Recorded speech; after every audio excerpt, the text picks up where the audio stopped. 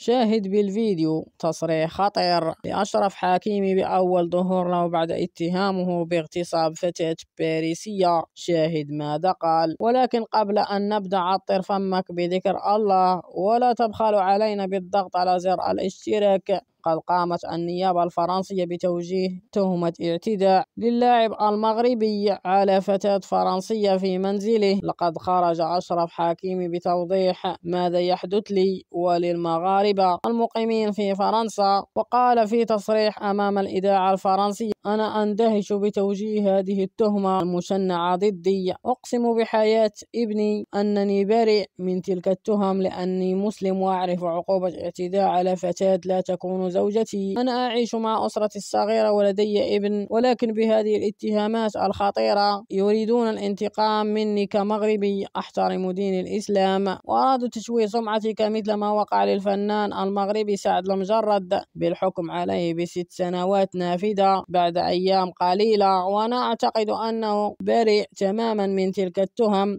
لكن غرضهم هو تشويه سمعة النجوم المغاربة المقيمين بفرنسا.